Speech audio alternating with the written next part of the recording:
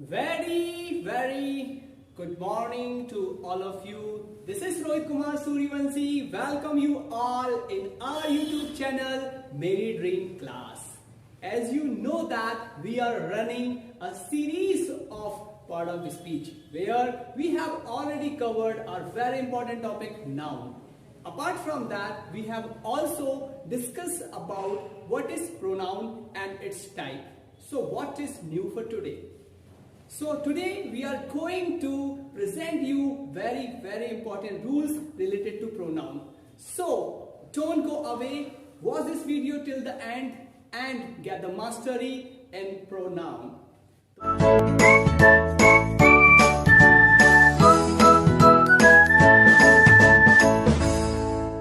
Welcome back everybody. जैसा कि आप जानते हैं कि प्रोनाउन एक ऐसा शब्द है जो कि नाउन के बदले में आता है, जिससे हम नाउन के रिपीटेशन को अवॉइड कर सकते हैं। इस चीज का डिस्कशन हमने लास्ट क्लास में किया था। लास्ट क्लास में हमने देखा था कि प्रोनाउन क्या है और इसके टाइप क्या क्या हैं। इसके हमने डिफरेंट टाइप्स पढ़े थे। जिस किसी ने भी इस वीडियो को नहीं देखा है तो इसका जो लिंक है वो डिस्क्रिप्शन बॉक्स में दिया है, जाके आप उस वीडियो को देखें। इसी के बाद इस वीडियो को स्टार्ट करें, क्योंकि पहले हमें प्रोनाउन के बारे में और उसके टाइप के बारे में जानना बहुत जरूरी है। आज जो आपके लिए खास बात हम लेकर आए हैं वो है डिफरेंट 40 रूल्स। जहां आप देखने वाले हो कैसे हम यूज करेंगे सारे डिफरेंट प्रोनाउंस को, क्या डिफरेंस है हु और दिस में, क्या कुछ है दिस और इट में, हु कहां यूज करना है, दिस या कहां यूज करना है, ये सारी बातें हम इस वीडियो में डिस्कस करने वाले हैं। आज का जो फर्स्ट रूल है वो हमारा प्रोनाउन का एक फंडामेंटल रूल होता है। प्रोनाउन का ये फंडामेंटल रूल होता है, इसलिए हमने लिखा है the first and fundamental rule of personal pronoun. ये पर्सनल प्रोनाउन से रिलेटेड एक फंडामेंटल रूल है। तो आज हम जो बात करने जा रहे हैं वो है पर्सनल प्रोनाउन से रिलेटेड फंडामेंटल रूल्स की। तो देखते हैं ये क्या फंडामेंटल रूल्स है। जैसे हमें ये पता होना चाहिए कि हमारे सब्जेक्ट का, जी हाँ, सब्जेक्ट किसे कहते हैं, जो सेंटेंस को स्टार्ट करता है। हमारे सब्जेक्ट का जो प्रभाव होता है वो ना केवल वर्ब पे बल्कि पजेसिव केस पे भी पड़ता है। पजेसिव केस पे भी पड़ता है, ये चीज आप जान लें। तो इसीलिए हमने इसे एक फंडामेंटल रूल कहा है। तो ये है हमारा फर्स्ट रूल और इसे कहा जाता है पर्सनल प्रोनाउन का फंडामेंटल रूल, जहां पर हम सब्जेक्ट के अकॉर्डिंग पर्सनल केस को यूज करते हैं। देखिएगा यहां पर फर्स्ट सेंटेंस दिया है he has done his work. हमने ही के अकॉर्डिंग मीन सब्जेक्ट के अकॉर्डिंग किसका प्रयोग किया है, हिज का प्रयोग किया है। इसी तरीके से अगर हम इस सेंटेंस को कहेंगे she has done her work, उसने अपना काम कर लिया है, तो हम सी के अकॉर्डिंग किसका यूज करेंगे, हर का यूज करेंगे। क्यों? क्योंकि सी का जो पजेसिव केस है वो हर होता है, ही का जो पजेसिव केस होता है वो हिज होता है। उसी तरीके से अगर मैं बोलूं मैंने अपना काम कर दिया है तो मैं कहूंगा I have done my work. So I के साथ आपको एसोसिएट करना है जो पजेसिव केस है वो है माय। इसी तरीके से यू के साथ जो एसोसिएट करोगे पजेसिव केस योर होगा, दे के साथ देयर होगा। इसी तरीके से अगर हम आगे देखें तो वी के साथ हम किसका यूज करते हैं, वी के साथ हम यूज करते हैं आर। हमने अपना काम कर लिया है तो हम कहेंगे we have done our work. जी हाँ, वी के साथ आपको यूज करना है आर का। अब हमने ले लिया राम, और राम किसी का नाम है, और राम के साथ जो पजेसिव केस यूज होने वाला है वो है हिज। उसी तरीके से अगर हमने यहाँ पे कोई फीमेल ली, जैसे हमें यहाँ पे Kaira, it is the name of a girl, और कायरा के साथ जो हम पजेसिव केस यूज करने वाले हैं वो है हर। अगर हमारा सब्जेक्ट कैसा हो जाए भाई, प्लूरल हो जाए, ऐसा हमने एग्जांपल लिया राम एंड श्याम, यहां पे हमने दो सब्जेक्ट को जोड़ दिया है एंड के द्वारा, इसलिए हमारा सब्जेक्ट हो जाता है प्लूरल, और प्लूरल सब्जेक्ट के साथ हम यूज करते हैं देयर का। सो राम एंड श्याम हैव, याद रखिएगा राम और श्याम के साथ क्या आएगा, have. Ram and Shyam have done their work, उन्होंने अपना काम कर लिया है। जी हाँ, अब इसमें से जो सबसे महत्वपूर्ण क्वेश्चन निकल के आता है वो दो इनसे निकल के आता है। इन दोनों से आपको बड़ा महत्वपूर्ण क्वेश्चन निकल के आएगा। जी हाँ, अगर यहां लिखा रहेगा one should do dash work. Question क्या आएगा आपका? क्वेश्चन आएगा यहां पर वन शुड डू, और यहां पे आएगा डैश डैश वर्क। और यहां पे ऑप्शन रहेगा कि भाई आपको यहां पे हिज का यूज करना है, या आपको यहां पे हर का यूज करना है, या आपको यहां पे इट का यूज करना है, या आपको यहां पे वंस का यूज करना है। जी हाँ, आपके सामने इतने ऑप्शन रहने वाले हैं, आपके सामने रहने वाले हैं 4 ऑप्शन। आपको ये पता होना चाहिए कि वन एक सब्जेक्ट है जिसका यहां पे अर्थ एक नहीं है, बल्कि ये प्रोनाउन के तौर पे यूज हुआ है, और इसका मतलब होता है प्रत्येक या प्रत्येक। जैसे मैं बोलूंगा कि मुझे अपना काम करना चाहिए, तो मैं बोलूंगा आई हैव डन माय वर्क। तुम्हें अपना काम करना चाहिए, तो मैं बोलूंगा you have done your work. अगर मैं इन सबको नहीं बोलना चाहता, तो मैं बोलूंगा प्रत्येक को अपना कार्य करना चाहिए। तो वो जो प्रत्येक हम यूज कर रहे हैं, तो उसके लिए हमने किसका यूज किया है? वन। और उसके लिए पजेसिव केस आने वाला है, वो पजेसिव केस आएगा यहाँ पे वंस। जी हाँ, यहाँ पे किसका यूज कर देंगे अपन? यहाँ पे वंस का यूज कर देंगे। इसी तरीके से अगर आप यहाँ पर एवरीबडी का यूज करते हैं, किसका यूज करते हैं? एवरीबडी का यूज करते हैं, तो हम कई बार एवरीबडी के साथ किसका यूज कर लेते हैं? देयर का। जी नहीं, एवरीबडी के साथ देयर का यूज नहीं करना है, बल्कि हिज का यूज करना है। मैं आपको एक बहुत अच्छी बात बता देता हूं कि जितने भी बडी होते हैं, एवरीबडी, समबडी, नोबडी, एनीबडी, वो सारे के सारे सिंगुलर सब्जेक्ट के तौर पे यूज होते हैं, और इनके साथ सिंगुलर पजेसिव केस आता है। इसलिए धोखे से भी आप देयर का यूज ना करें। स्पोकन में अब यहां पे आप सोचोगे सर, तो हम यहां हर भी तो बोल सकते थे। बिल्कुल, हम यहां हिज भी बोल सकते हैं, हर भी बोल सकते हैं, लेकिन ये कहलाता है जेंडर बायस। यहां पे आपका है जेंडर बायस, हमको दिख रहा है। जेंडर बायस का मतलब होता है कि हमने यहां पर केवल मेल को लिया है, ठीक है। इसलिए आजकल जो स्पोकन है, अगर आप बोल रहे हैं, बात कर रहे हैं, तो आप इसे ऐसे भी कह सकते हैं, एवरीबडी शुड डू हिज और हर वर्क। अगर लड़का है तो हिज वर्क आ जाएगा, मेल है तो, फीमेल है तो हर वर्क आ जाएगा। तो आप इसे थोड़ा सा करेक्ट करके ऐसा भी बोल सकते हैं, ऐसा भी हम इसको इस तरह से बोल सकते हैं कि एवरीबडी, ठीक है, शुड, एवरीबडी शुड डू। यहां पे आइए ना, यहां पे हिज भी बोल सकते हैं और स्लैश करके हर वर्क भी बोल सकते हैं, ठीक है। लेकिन अगर एग्जाम में किसी एक को चुनने आ जाए, तो यकीन मानिए आप सारे बडी, चाहे एवरीबडी हो, ठीक है, चाहे नोबडी हो, ठीक है, इनके साथ आप किसको लेंगे? आप हिस्को लेंगे। आप किसको लेंगे?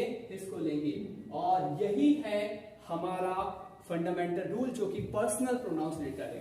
तो मैंने आपको बता दिया कि 2 बातें जो खास तौर पे याद करनी है, वो है जैसा सब्जेक्ट होगा वैसे ही वर्ब होगी, और वैसे ही हमारे पास पजेसिव केस होगा। इस बात को आपको बहुत अच्छे से ध्यान रखना है।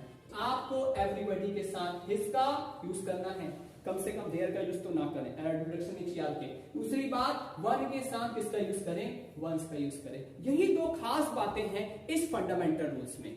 सो आपको कुछ नया सीखने यहां से मिला? अगर मिला है तो कमेंट बॉक्स में जरूर बताइए। ये था हमारा फर्स्ट रूल। अब हम सेकेंड रूल की तरफ बढ़ते हैं। सबसे पहले हम यहाँ पे थोड़ा सा मैं रिकैप करूंगा, लास्ट क्लास से बता चुका हूं, ठीक है। यहाँ जो सेंटेंस को स्टार्ट करता है या जो उस वर्ब को परफॉर्म करता है, उसे सब्जेक्ट कहते हैं। तो हमने यहाँ पे लिखा he called her, he called her। समझना, उसने उसे बुलाया। यहाँ पे ये मेल है और यहाँ पे ये फीमेल है। इसी चीज को मैं इस तरह से कह सकता हूं, अगर मैं इसको बदल दूं। अब यहाँ पे लिख रहा हूं मैं एक नया सेंटेंस, she called him। जानिएगा, इसे कहते हैं सब्जेक्टिव केस। जी हाँ, इसे कहते हैं सब्जेक्टिव केस, इसे कहते हैं ऑब्जेक्टिव केस, इसे कहते हैं सब्जेक्ट, और इसे कहते हैं ऑब्जेक्ट। आपको ये बात तो क्लियर हो गई होगी। जब भी मैं आपसे सब्जेक्टिव केस की बात करूंगा, तो मैं बात करूंगा ही, शी, दे, यू, वी। जब भी मैं ऑब्जेक्टिव केस की बात करूंगा पर्सनल प्रोनाउन के अंदर, तो मैं बोलूंगा हिम, मैं बोलूंगा हर, अस, देम, इनका यूज करूंगा।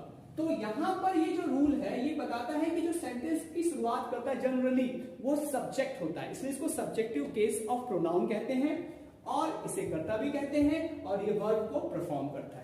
और जिसके लिए वर्ब परफॉर्म करता है उसे हम ऑब्जेक्ट कहते हैं, और हमने इस बार क्या लिया है? पर्सनल प्रोनाउन का ऑब्जेक्टिव केस लिया है। सो वर्ब के, ठीक है, वर्ब की हम बात करेंगे तो वर्ब में हम देखेंगे यहाँ पर जो लेफ्ट साइड है वहां पर हमने किसका यूज किया है, सब्जेक्ट का या सब्जेक्टिव केस का, और हमने राइट साइड पे यूज किया है ऑब्जेक्टिव केस का। जी हाँ, इसी चीज को इस रूल में देखते हैं और बहुत ही कुछ इंपॉर्टेंट चीजें हैं जहां पे बताता है कि इन,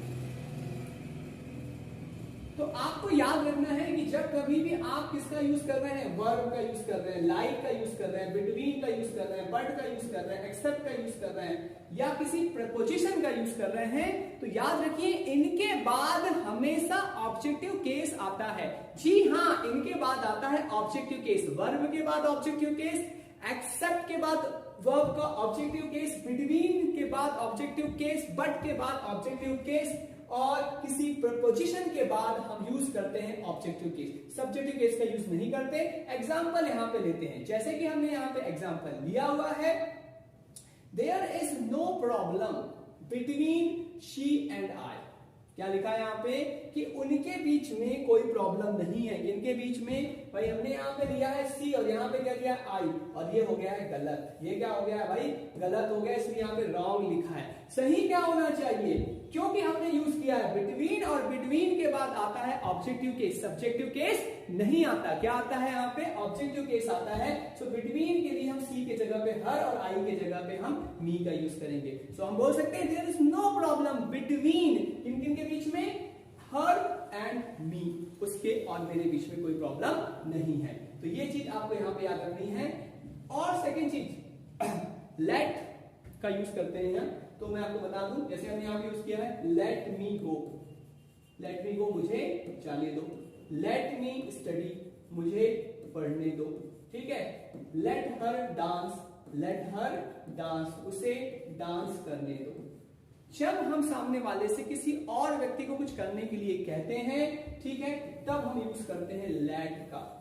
जैसे कोई बच्चा सो रहा है, हम बोलेंगे डिस्टर्ब मत करो, क्या करने दो, सोने दो, लेट हिम स्लीप या लेट हर स्लीप। कोई पढ़ाई कर रहा है, डिस्टर्ब मत करो, तो हम बोलेंगे लेट हिम या लेट हर स्टडी। अगर हम कहते हैं लोग आपके बारे में तरह तरह की बात बोलते हैं, तो हम कहेंगे बोलने दो ना, लेट देम थिंक, उनको सोचने दो। तो यहां पर जो ऑब्जर्वेशन करने वाली बात यह है कि लेट के बाद में, लेट वर्ब के बाद में मैं यूज कर रहा हूं प्रोनाउन का कौन सा केस, जी हां बिल्कुल सही बोला आपने, यूज कर रहा हूं मैं ऑब्जेक्टिव केस। यही बात याद रखना। यहां पे लेट आई वो कभी नहीं आएगा, यहां हमेशा मी का यूज करना है। यहां पे लेट हर डांस नहीं आएगा, यहां पे आएगा लेट, यहां पे लेट हर डांस आएगा, ना कि लेट सी डांस आएगा, ठीक है। तो लेट सी डांस को हम कहीं कहेंगे, याद रखिएगा, ये हो जाएगा रॉन्ग, सही हमारा लेट हर डांस। चलिएगा देखते हैं आगे। तो इसी तरीके से कुछ और एग्जांपल है, ठीक है। एवरीबॉडी, ठीक है, बट ही गलत लिखा है, बट के बाद यहाँ ही नहीं बल्कि किसका यूज करना है, हिम का यूज करना है। वैसे ही यहाँ पर, ठीक है, यहाँ पे एग्जांपल लिखा है लाफ, और लाफ के बाद क्या लग गया है, एड लग गया, मतलब प्रपोजिशन आ गई है, यहाँ वर्ब कहेंगे, उनके बाद में हम किसका यूज करेंगे, ऑब्जेक्टिव केस मी का। Everyone attended the party except, यहाँ पे क्या आने वाला है, हिम आने वाला है। सभी लोगों ने पार्टी को अटेंड किया, उसको छोड़कर, एक्सेप्ट ने छोड़कर। तो हमने देखा एक्सेप्ट के बाद हम किसका यूज करते हैं, हम यूज करते हैं हिम का। चलिएगा, ये रूल आपको समझ में आया। ये रूल आपको बताता है कि आपको इन शब्दों के बाद ऑब्जेक्टिव केस का यूज करना है, सब्जेक्टिव केस का यूज नहीं करना है। चलिएगा, अब हम अपने अगले रूल की तरफ चलते हैं। अगला रूल क्यों खास होने वाला है मैं आपको बताना चाहूंगा। अभी हम क्या कह रहे थे, अभी हम कह रहे थे, जैसे अभी हम कहते हैं किसी ने, ठीक है, डोर पर नॉक किया, तो हम बोलते हैं, जैसे मान लो मैं किसी घर पे जाके घर के डोर को नॉक कर रहा हूं, तो बोलेंगे, ठीक है, हु इज देयर, वहां पे कौन है, ठीक है, या who is knocking the door, तो मैं बोलूंगा इट्स मी। मैं क्या बोलूंगा यहाँ पे, इट्स मी। अभी हमने क्या पढ़ा है, अभी हमने पढ़ा है, हमने अभी यहाँ पे एक चीज पढ़ी है कि भाई हम, ठीक है, वर्ब के बाद में ऑब्जेक्टिव केस का यूज करते हैं, ठीक है, ऑब्जेक्टिव केस का यहाँ पे हम यूज करते हैं। लेकिन जो हम रूल पढ़ने जा रहे हैं, ये रूल आपको जरूर शॉक कर देगा कि ऐसा नहीं है। यहाँ पे इट मी, आप इसको अगर में ऐसा कह सकते हैं, लेकिन ग्रामेटिकली ये नहीं है सही। इसके बदले में बोलना पड़ेगा आपको इट इज आई। क्या बोलना पड़ेगा आपको? It is I. क्यों ऐसा हो रहा है, इसी चीज को जानने के लिए हम देखते हैं हमारा अगला रूल। स्क्रीन के ऊपर rule number 3, if pronoun is a complement of a verb. यहां पे क्या लिखा है? If pronoun is complement of the, ठीक है, किसका कॉम्प्लीमेंट है भाई? वो कॉम्प्लीमेंट है वर्ब का। तो मैं पहले आपको समझा दूं कि इसका मतलब क्या है, क्योंकि यहां पर आप देख रहे हैं, यहां पे आप देख रहे हैं कि आई, और आई अगर it's me who came yesterday, ये मैं ही हूं जो मैं आया था। तो यहाँ पे आई का सीधा संबंध क्या है? ठीक है, यहाँ पे आई का संबंध कैम के साथ है। तो मैं आपको बता दूं, यहां पर आप देख रहे हैं इट इज के बाद आप किसका यूज कर रहे हैं? इट इज का के बाद आप यूज कर रहे हैं सब्जेक्टिव केस का, ना कि ऑब्जेक्टिव केस का। क्यों कर रहे हो भाई आप सब्जेक्टिव केस का यूज? इसका एक्सप्लेनेशन मैं आपको देता हूं। यहां आप क्या बोल रहे हैं? आप बोल रहे हैं इट इज मी, ये गलत है। इट इज मी, ठीक है, it is me who came yesterday.